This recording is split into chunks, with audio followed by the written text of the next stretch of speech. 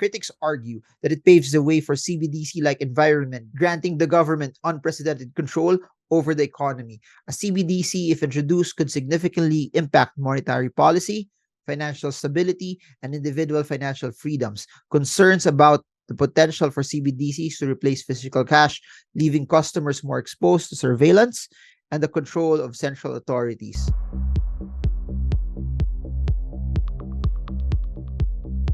Hey guys, so in this video, I want to talk about FedNow. Is it actually the one world currency? What I do know is there's a lot of buzz right now in the US talking about this, and we're going to uncover the mysteries behind this innovative technology. Is it really that innovative, and its implications in the global financial landscape? So if you want to know more about it, check out the video, and you want to stay up until the end to see what I want to talk about. If this is something that's legit, is this something good, or will it just benefit really the Fed? Unlike traditional payment methods which take hours or even days, FedNow allows for round-the-clock, near instantaneous transfers between banks. Please do note that if you want to send something, it takes days and it's so inefficient. And I do believe that's something that needs to be dealt with. I do believe that that's a part of the financial system that needs to be changed as well. But is FedNow really the solution? Now, just to paint a picture on what FedNow is, picture a world where your funds are instantly available no matter the time or the day. That's what already Bitcoin is doing. That's what cryptos are doing as well. Do we actually need this if we have Bitcoin already?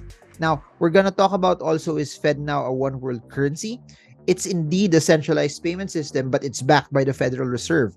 It's essential to understand the difference between FedNow and CBDCs, which we will talk about also in this video. So join me as we embark on this exciting journey to unravel wonders, is it really that wonderful, of FedNow and its potential impact in the world of finance. So stay tuned for our in-depth analysis, exploring the advantages and potential dangers that this payment system might bring on. FedNow is an upcoming payment system developed by the United States Federal Reserve.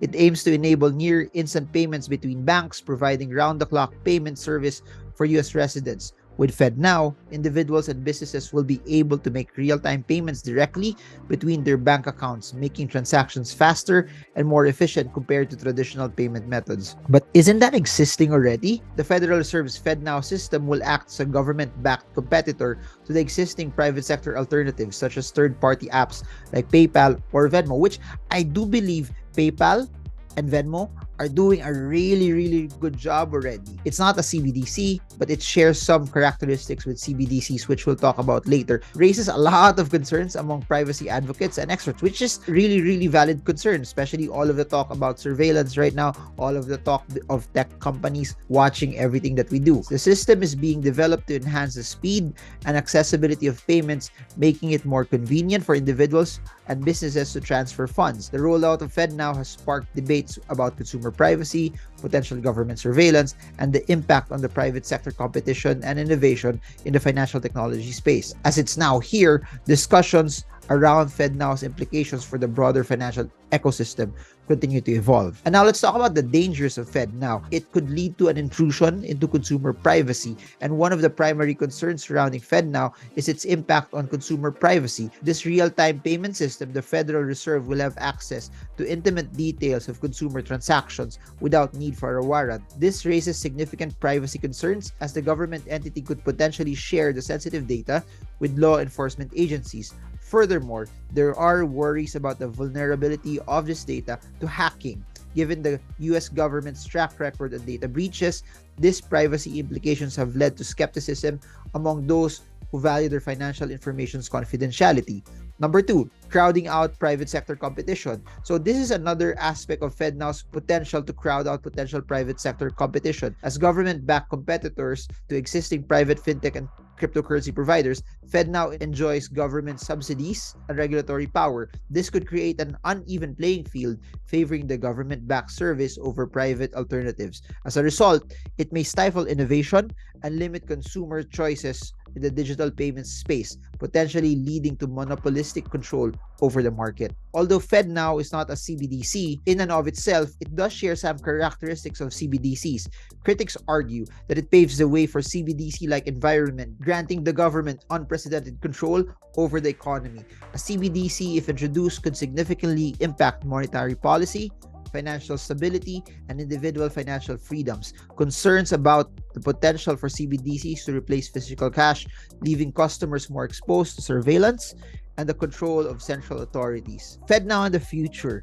This could be alluring, but it's the potential erosion of privacy and stifling of private competition that raises serious reservations. The impact of FedNow on the broader financial ecosystem remains to be seen, and its implementation may shape the future of digital payments in the United States. Now, let's compare FedNow versus CBDCs. So, as what I've mentioned earlier, CBDCs are central bank digital currencies, which is just basically fiat riding the blockchain. So they are both initiatives related to digital payments and cryptocurrencies, but they serve different purposes and have distinct characteristics. So the purpose of the FedNow is an instant payment system developed by the United States Federal Reserve.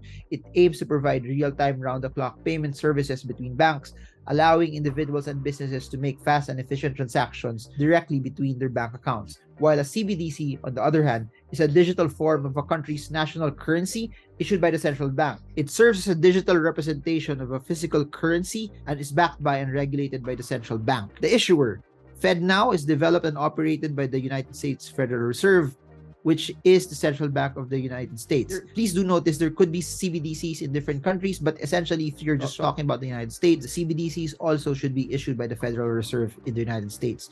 In terms of accessibility, FedNow is a payment system that aims to enhance the speed and accessibility of payments for individuals and businesses within the United States. It's primarily targeted for domestic transactions, while CBDC, being a digital representation of a country's currency, can be accessed and used by individuals and businesses both domestically and potentially internationally, depending on the central bank's policies. Privacy and surveillance. FedNow.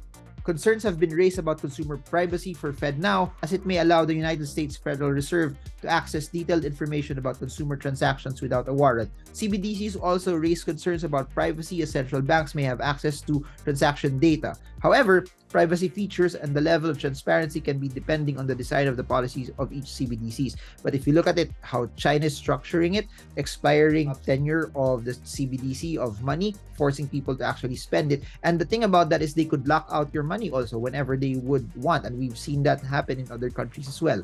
FedNow is an instant payment system designed to enhance domestic payment services within the United States, while CBDCs are digital representations of a country's currency issued by the central bank, with broader implications of the financial system and economy. So as the financial landscape evolves, it's essential to stay informed about new initiatives like this, FedNow, and its potential implications. While the idea of faster payments is undoubtedly attractive, it's crucial to weigh in the trade-offs between convenience and privacy, as well as the impact on private sector innovation. There's nothing we can do for this. This will happen. But I think one thing that you should watch out for is, as long as you have the ability and the choice to use cash, to use Bitcoin, to use whatever asset class that you have, that should be fine. But the problem here will be if everything will be just restricted to this. The idea of faster payments is undoubtedly attractive, and it's crucial to weigh the trade-offs between convenience and privacy, as well as the impact on private sector innovation. As discussions around the FedNow continue, we encourage you to stay engaged and advocate for a financial system that prioritizes both efficiency and individual freedoms. Thank you for watching, and don't forget to like, subscribe, and smash the bell to be updated for more thought-provoking content. If you want to know more about investing, check out the links down below. If you want to start investing in Bitcoin or stocks, we have links down below for you to be able to check it out, both for Philippine and US markets as well. If you want to learn more about stocks, crypto, and everything else in between, we have webinars that you can enroll where you can learn and be a better investor. I've also written books that are available in Shopee. Links are down below, and I hope if you stayed up until the end, this is something that added tremendous value for you. That's it for now. This is Marvin Gurmo. I hope this video helps you trade well, trade strong, trade smart. See you all again soon, and God bless you all.